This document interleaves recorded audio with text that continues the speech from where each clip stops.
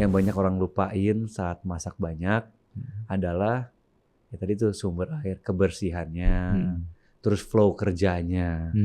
Itu yang paling penting, flow kerjanya dan juga peralatannya. Gitu.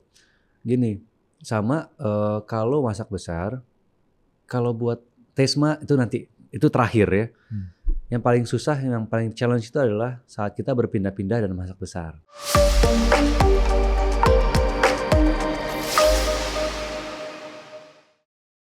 Ini saya jadi teringat, kita kan pemerintah bakal punya program tuh terkait dengan Betul. itu.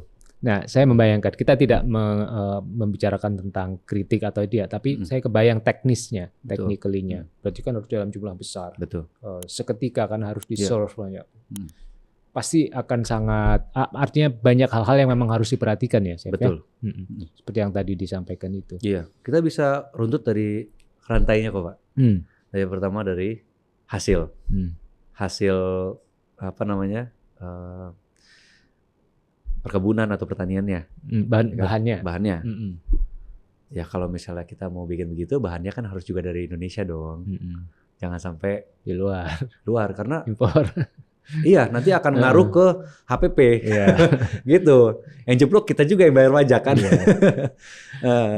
Yang kedua adalah supply. Supply-nya. Ini barang udah bagus.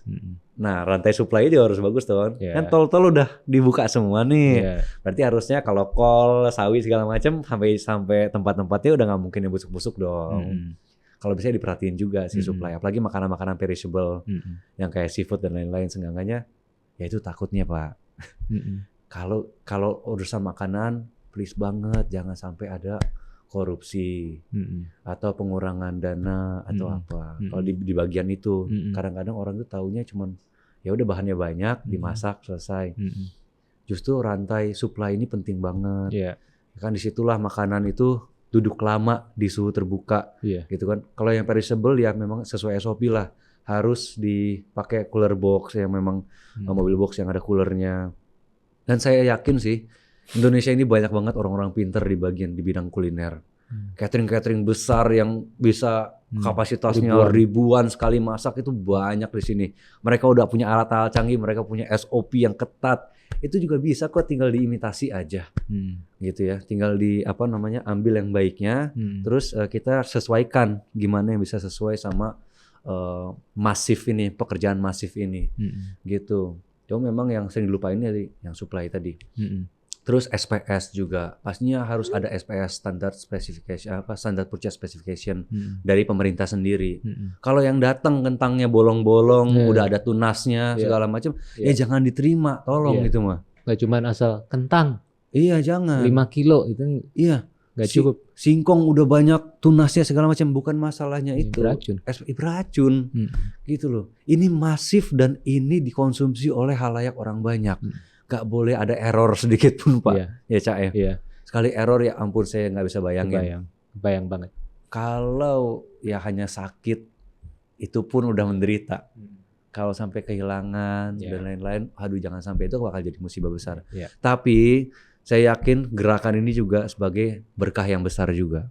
Cuman ya tadi perlu dilakukan dengan cara yang benar. Betul. Ini dua mata pisau yang berbeda nih. Saat kita lakukan dengan cara yang benar, dia akan berkah yang besar untuk seluruh warga Indonesia. Tapi saat ini melencong, ini akan jadi musibah besar buat kita semua. Gitu. Dan saya yakin juga untuk perencanaan menu ya dari teman-teman dari pemerintahan, saya yakin juga mereka udah punya formulasinya sendiri, dan sebisa mungkin saat mereka merencanakan menu menggunakan bahan-bahan yang ada dari Indonesia. Ya. Betul. Janganlah kita beli-beli atau rencanain menu yang bahannya nggak ada di Indonesia, jangan. Gitu ya, sebisa mungkin yang ada di Indonesia gitu. Dan yang pasti finishingnya di dapurnya. Saya yakin juga seperti tadi banyak catering-catering besar di Indonesia yang mereka punya SOP sendiri. Tolong juga planning untuk bikin kitchennya diperhatikan juga, apalagi drainase, pembuangan sumber air, terus listrik, terus juga air conditioning itu penting. Bukan untuk kasih nyaman kita yang masak, bukan. Tapi kenapa harus ada pendingin sih di kitchen? Gitu. Karena itu masuk lagi ke tadi jendela perkembangan bakteri tadi, gitu. Dan suhu ruang bukan 30 derajat loh. Suhu ruang itu di bawah 30-28 derajat gitu. Itu kan kitchen harus di situ. Nah, ini sih sebenarnya kalau dimaksimalin, saya yakin produk atau output yang keluar ini akan jadi berkah banyak. Ya, sepakat gitu. Nah, Chef, bicara tentang masak dalam jumlah besar. Iya. Apakah semua masakan Indonesia bisa di serve, diproses dan di-serve dalam jumlah besar tadi itu? Justru ini adalah budaya kita. Saya itu agak gregetan deh. Masakan Indonesia dibikin appetizer, main course, dessert. It's not make sense gitu.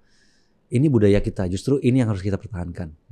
Asia itu kebanyakan masakan menu makan tengah. Makan untuk berbagi, ya kan? Nggak ada makan porsi individual itu tidak ada. Bahkan kalau kita mau serving gorengan pun masak banyak. Ya kan? Jadi jawabannya bisa nggak? Tentu bisa. Tentu bisa, sangat bisa ya. Karena itu adalah roots kita. Jangan dilupa-lupain ya. Jangan sampai bikin rendang seporsi 2 porsi doang. No. Bikin rendang langsung banyak, 3 kilo, 4 kilo, 5 kilo. Ingat tetangganya. Iya, kalaupun nggak ada tetangga, kita bisa simpen kok. Ya, karena rootsnya rendang pun ya dari Padang pun adalah memang itu makanan buat disimpan. Iya kan? Dan orang zaman dulu, kenapa mereka punya banyak waktu buat ngurus anak tanpa gadget? Ya, anaknya bisa 8, anaknya bisa ini. Karena mereka sekali masak pasti banyak. Ya kan? Mereka mungkin masak sekitar 2 hari atau 3 hari dalam seminggu. Tapi sekali masak banyak. Sekali bikin pempek, banyak gitu. Ikannya 10 kilo gitu kan. Sama kayak mama saya sekali bikin 3 kilo dikit amat. Bagi saya udah banyak. 3 kilo ikan tenggiri jadinya ratusan. Dan kayaknya juga ini ya, banyak makanan Indonesia itu yang ya kalau kita bicara masak dalam jumlah banyak, kemudian disimpan. Pasti kan ada proses menghangatkan gitu ya. Betul. Nah, memang kadang ada. Makin lama makin enak. Ya. Kalau semua yang dimasak dengan bumbu, makin lama dimasak makin enak. Tapi kalau di dalamnya ada sayur hijau seperti daun-daunan hijau, berbahaya karena zat besi atau beberapa zat ya, saya bukan ahlinya ya, tapi yang saya tahu adalah ada perkembangan dari beberapa zat kimia yang ada di dalam memang kimia alami ya, yang dalam daun-daun tersebut akan berubah bentuk. Sehingga memungkinkan kita untuk tidak bisa mencernanya. Jadi ini bukan keracunan, tapi karena badan kita nggak bisa mencerna, makanya jadinya menjurusnya ke toksik gitu. Ya, jadi mungkin ada alergi atau pusing gitu. Intinya pengetahuan akan bahan itu juga krusial dan substantif gitu. Betul. Ya. Itu juga yang melandasi saya di acara-acara saya. Jadi walaupun yang kita masak bubur bayam, tapi sampingannya saya bisa kasih informasi bahwa bubur bayam lebih baik dimasak dan langsung dimakan. Kalau mau disimpan ya nggak bisa. Mendingan kalau mau disimpan ya bahan-bahannya aja sebelum direbus. Jadi kalau pas mau makan tinggal plung tunggu sebentar. Jadi itu bubur bayam, atau seenggaknya bumbu halusnya kita matengin dulu, kita stok nih di kulkas ready to cook ya, bukan ready to eat. Betul. Indonesia kan kayak sampai sekarang saya keliling dimanapun masih banyak warga kita yang nggak tahu bumbu dasar Indonesia. Ya kan? Bumbu dasar Indonesia ada apa aja? Bawang, kunyit, garam, kecap, aduh bukan. Kan sebenarnya itu akan memudahkan kita loh. Gitu, bukannya soal sok-sokan lu bisa masak gitu, enggak. Ini justru bikin kita mudah day to day. Gitu. Bumbu Indonesia itu ada 3, bumbu putih, bumbu kuning, bumbu merah. Bumbu putih nggak usah pikir pusing. Pokoknya basicnya semua di bumbu putih gitu kan. Bawang merah, bawang putih, kemiri, itu doang. Di blender. Terus komposisinya berapa banyak chef gitu segala macam, tergantung. Kalau kamu mau bikin yang agak lebih gurih gitu ya, lebih gurih, lebih light gitu, tapi mau ada gurihnya, bawang putih banyakin. Tapi kalau kamu suka bumbu yang kental, yang kaya, yang berminyak, yang apa? Kemirinya banyakin. Kemiri sama bawang merahnya banyakin. Bawang putihnya setengah bawang merah gitu. Tidak ada hitungan pasti untuk itu ya. Gitu. Terus kalau misalnya bumbu kuning apa chef? Ya udah tadi yang dasar tadi bumbu putih kasih kunyit. Tambahin kunyit. Nah, kalau yang bumbu merah apa? Kunyitnya diambil, ganti cabai merah. Bisa juga bumbu hijau dong chef, bisa. Cabai merah diambil, cabai hijau. Bisa bumbu apa lagi chef? Orange bisa nggak? Bisa. Bumbu kuning kasih bumbu merah. Jadi bumbu rendang. Gitu kan? Tinggal tambahin apa? Kelapa gongso. Selesai. Jadi itu kan mempermudah kita apa? masak day to day akhirnya bukan kayak kita mau gegayaan masak banyak itu enggak. Justru nanti itu akan bermanfaat pas kita itu terbiasa. Gitu. Apa namanya? Kalau kita bilang, aduh chef ribet kayak gituan mah, kan kulkas saya juga kecil, ya kan? Nah itu dia. Padahal sebenarnya ini kan kebiasaan. Kita ini kan manusia nih. Manusia itu kan semuanya otot. Sampai otot kita juga otot kan. Otot yang ada yang banyak lemak gitu. Sama kayak otot. Kalau kita latihan tiap hari, itu akan gampang. Ya kan? Saat kita belajar matematika yang kita benci gitu. Tapi kalau tiap hari cekokin, ya gampang. Kita ini adalah manusia otot. Jadi harus dilatih. Kalau nggak berubah sekarang mau kapan? Gitu kan. Memang pertama menyakitkan. Saya pull up pertama kali. Nggak mungkin ini. Kan gitu. Ya during the pain we learn something. Gitu. Tapi saya yakin ini akan memudahkan day to day kalian, apalagi dengan parents atau keluarga orang tua yang tidak pakai babysitter. Ya kan. Kalau kalian tetap mau kasih makanan yang bergizi buat anak-anak, terus juga tanpa harus ya dia mah enak ada babysitter 3. Kalau saya kan gini, ya makanya ada anaknya makannya apalah ini nugget. Mending nugget masih ada ya sedikit proteinnya lah. Mending kalau misalnya makannya ciki-cikian atau mie-mian gimana? Ya kan? Dia mah sukanya itu. Saya juga santai kok. Ya mau gimana? Tetap kok bisa kayak orang-orang tua kita zaman dulu ya. Mereka ngurus anak 8 orang sendiri kadang-kadang gitu kan. Kenapa mereka bisa? Karena saat dapurnya nih udah tertata sebenarnya gitu. Masak sekali banyak atau sekali masak ke rumah mertua bareng ngajak anak-anak, masak yang besar gitu di packing simpen. Gitu akhirnya kita bisa reheat. Kecuali kalau sayur-sayuran hijau mah mendingan nunggu tukang sayur deh. Bersosialisasi juga kan sama tetangga kan. Sesekali keluar pagi-pagi gitu. Ambil ngobrol beli sayur lah kalau sayur hijau, jagung segala macam mah. Gitu sih menurut saya. Cuman kalau kayak bumbu-bumbuan kayak bawang putih, bawang merah, terus jinten segala macam bumbu dapur ya bisa beli banyak. Semakin banyak belinya semakin kortingnya banyak kan dari tukang sayur, jadi lebih hemat juga. Gitu. Itu tips yang sangat praktis, luar biasa karena praktis dan menurut saya sangat bisa diterapkan oleh teman rasa sekalian. Pasti. Ya. Nah, untuk Chef Stebi sendiri ke depan, tadi kan dibilang nggak bisa 2 kaki itu hal yang sangat tidak. Buat saya. Ya. Buat saya. Ke depan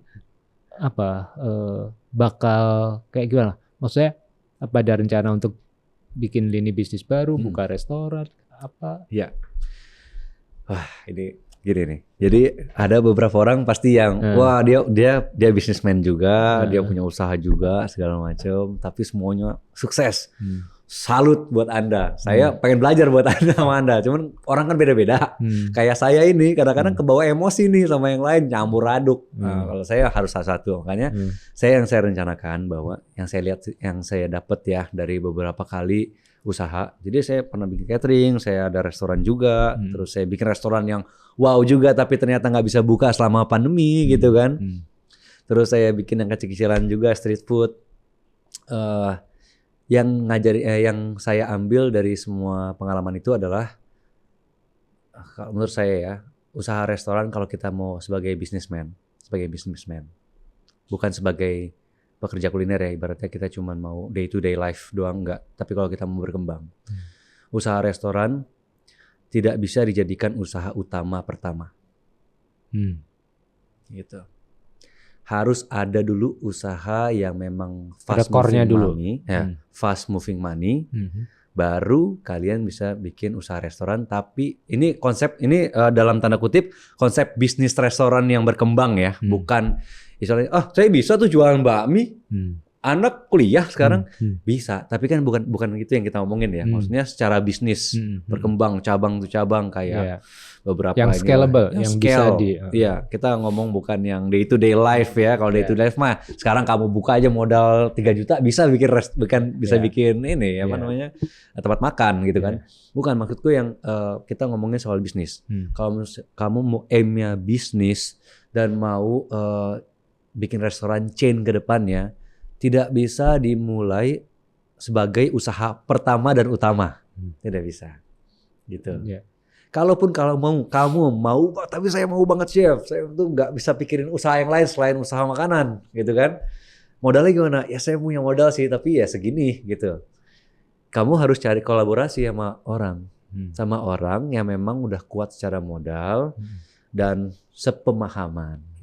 Ada juga banyak orang juga sebenarnya yang punya modal banyak tapi nggak tahu mau dikemanain juga banyak. Tapi mereka mungkin tidak sepaham sama kamu.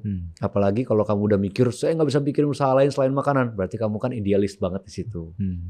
Ya ini harus mendapatkan orang yang tepat gitu. Dan saya yakin kalau misalnya dari segi permodalan udah stabil ya, itu akan sangat membantu perkembangan bisnis restoran ke depannya.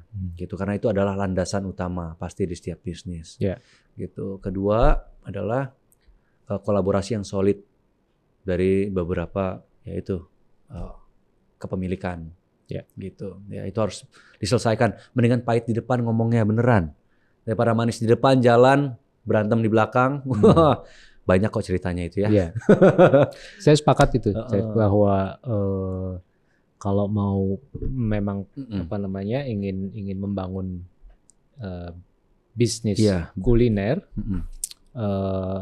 karena kan membangun bisnis itu ada resiko ya. Dimanapun kita ada resiko sehingga kita harus prepare juga. Betul. Ya, kalau belum ada istilahnya, kalau orang Jawa bilang kalau belum ada yang dijaga belum ada yang dijagakan, ya perlu hati-hati. Tadi artinya perlu kolaborasi juga. Betul. Untuk sharing risk, tentunya sharing profit sudah pasti karena kita sharing risk. Betul. Jadi kemudian juga perlu diperhatikan tadi karena kita ngajak orang tentunya pasti punya appetite yang berbeda. Betul. Nah, itu yang perlu dipastikan di depan gitu ya. Mereka bukan yayasan kan. Mereka juga bisnismen. Pasti ada yang mereka aim juga di situ dan itu harus clear di depan. Gitu, clear di depan. Dan misalnya kalau kita nih modal kita dikit, kita punya mimpi yang tinggi. Ya jangan harap hasilnya juga tinggi. Pasti yang lebih tinggi yang punya modal gitu. Jadi harus terima juga. Jangan sampai oke yang penting jalan di tengah kok nggak adil ya. Gue yang kerja, gue yang mikir, gue yang punya konsep. Kok bagian dia lebih banyak ya? Lu nggak punya duit, itu dia maksudnya. Jadi bukan artinya kita harus kaya dulu baru ini, enggak. Tapi that's the process. Nggak usah dipikirin maksudnya, ya kan? Dari situ kan lu juga bisa nabung. Akhirnya lu bisa punya kapital lu sendiri untuk bikin yang mimpi lu sendiri gitu. Dan ini sih tambahan buat teman-teman, pesan juga buat teman-teman. Buat teman-teman. Ini sekaligus segmen terakhir. Oh boleh. Jadi kasih motivasi atau inspirasi untuk teman rasa sekalian. Ya teman rasa, pastinya dunia kuliner itu adalah dunia yang tidak ada batasnya. Ya, tidak ada orang yang jago banget di situ. Setiap orang punya keahliannya masing-masing. Jadi jangan show off. Harus terus cari kolaborasi sama teman-teman ya. Selera itu masing-masing, tapi yang pasti SOP dan peraturan harus dijaga. Dan buat teman-teman itu yang buat yang kerja. Dan buat teman-teman yang berusaha, kalau misalnya memang kalian pikir bahwa usaha restoran atau usaha kuliner ini merupakan mimpi kalian, harus benar-benar dipisahkan antara hobi dengan bisnis. Jangan sampai saat Anda berbisnis sambil nggak hobi. Yang kasihan pegawainya. Ya, kalau yang hobi mah boleh aja dia kerja 24 jam di dapur gitu kalau hobi. Pegawainya kan beda. Mereka punya keluarga, mereka punya ini ya. Jadi harus dipisahkan dan sebisa mungkin kita makin hari makin dewasa untuk melihat kehidupan gitu.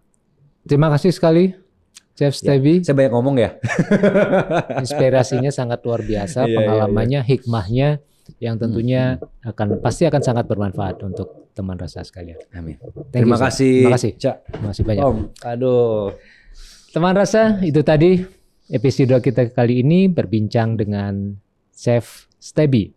Perjalanan beliau dari awal meniti karir hingga saat ini tentunya bisa menjadi inspirasi teman-teman sekalian untuk tidak pantang menyerah, lakukan hal dari hal yang kecil sebagai sebuah pembiasaan dan lakukan itu secara ajak, secara istiqomah. Maka insya Allah apa yang kalian cita-citakan akan tercapai. Demikian, saya Cak Tom. Kita jumpa lagi di Aku Rasa, Akar Kuliner Nusantara, Rasa Indonesia Mendunia.